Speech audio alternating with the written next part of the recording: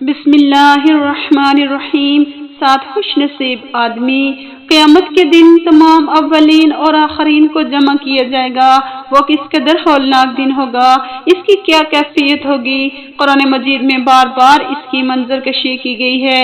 چنانچہ ایک حدیث میں نبی کریم صلی اللہ علیہ وسلم نے ارشاد فرمایا کہ جس حالت میں لوگ ماں کے پیٹ سے ننگے پیدا ہوتے ہیں، ایسے ہی میدان حشر میں جمع ہوں گے۔ حضرت عائشہ رضی اللہ تعالی عنہا نے عرض کیا، یا رسول اللہ، سب کے سامنے ننگا ہونے سے کیسے شرم آئے گی، ایک دوسرے کو دیکھیں گے۔ حضور صلی اللہ علیہ وسلم نے ارشاد فرمایا، لوگ اس وقت اپنی اپنی مصیبت میں اس قدر گرفتار ہوں گے کہ ایک کو دوسرے کی طرف دیکھنے کی مہلت ہی نہ ہوگی۔ سب کی آنکھیں اوپر کی طرف لگی ہوئی ہوں گی۔ ہر شخص اپنے اعمال بد کے بقدر پسینے میں غرق ہوگا۔ کسی کا پسینہ پاؤں تک چڑھا ہوا ہوگا، کسی کا پنڈلی تک، کسی کا پیٹ تک، کسی کا منہ تک آیا ہوا ہوگا۔ اس وقت ہر شخص سے چار چیزوں کا سوال ہوگا۔ نمبر 1، عمر کس کام میں ختم کی۔ نمبر 2، اور اللہ کے دیے ہوئے جسم کو کس کام میں لگایا۔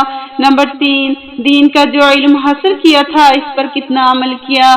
مال کہاں سے کمایا اور کہاں خرچ کیا، یعنی جائز طریقے سے کمایا یا حرام طریقے سے، اور مال کو اللہ کے حکم کے مطابق خرچ کیا یا نافرمانی کے کاموں میں اڑا دیا۔ پھر وہ دن ایسا پریشان کن ہوگا کہ کوئی کسی کے کام نہیں آئے گا، ہر شخص کو اپنی ہی فکر ہوگی۔ چنانچہ ارشاد باری تعالی ہے، یوم یفر المرء من اخیہ وامہ وابیہ، یعنی قیامت کا دن ایسا دن ہوگا جس دن آدمی اپنے بھائی سے، اپنی ماں سے، اپنے باپ سے اور اپنی بیوی اور اپنی اولاد سے بھاگے گا، کوئی کسی کے کام نہ آئے گا۔ ہر شخص کو اپنا ہی ایسا مشغلہ ہوگا جو اس کو دوسرے کی طرف متوجہ نہ ہونے دے گا۔ اور بھی بکثرت آیات میں انسان کو اس دن کے مصائب کی طرف توجہ دلائی گئی تاکہ انسان اس دن کے آنے سے پہلے ہی اس کے لیے تیاری کر لے اور دنیا میں ایسے اعمال اختیار کرے کہ اللہ تعالیٰ کی رضا حاصل ہو۔ اللہ تعالیٰ ان کی خطا اور قصور کو معاف فرمائے۔ جو لوگ تقوی اور طہارت والی پاکیزہ زندگی گزارتے ہیں وہ قیامت کی سختی سے بھی محفوظ رہیں گے۔ اللہ تعالیٰ ان کے ساتھ خاص اکرام اور اعزاز کا معاملہ فرمائیں گے۔ چنانچہ ایک حدیث میں حضرت ابو ہریرہ رضی اللہ تعالیٰ عنہ سے مروی ہے کہ رسول اکرم صلی اللہ علیہ وسلم نے فرمایا کہ 7 قسم کے افراد ایسے ہیں کہ اللہ تعالیٰ انہیں اس دن اپنے عرش کے سایہ میں جگہ دیں گے، جس دن اللہ تعالیٰ کے عرش کے سایہ کے علاوہ کوئی سایہ نہیں ہوگا۔ نمبر 1، عادل بادشاہ، یعنی جس نے اپنی رعایا میں انصاف کے ساتھ حکومت کی ہو۔ نمبر 2، وہ نوجوان جس نے اپنی پوری عمر اللہ تعالیٰ کی عبادت میں گزار دی۔ اپنی جوانی کا زمانہ جس میں شہوات نفسانیہ کا خوب غلبہ ہوتا ہے، انسان جسمانی صحت اور قوت سے پر ہوتا ہے، ایسے وقت میں نفس و شیطان کی اتباع کی بجائے اپنے اوقات کو اللہ تعالیٰ کی عبادت میں گزارتا ہے۔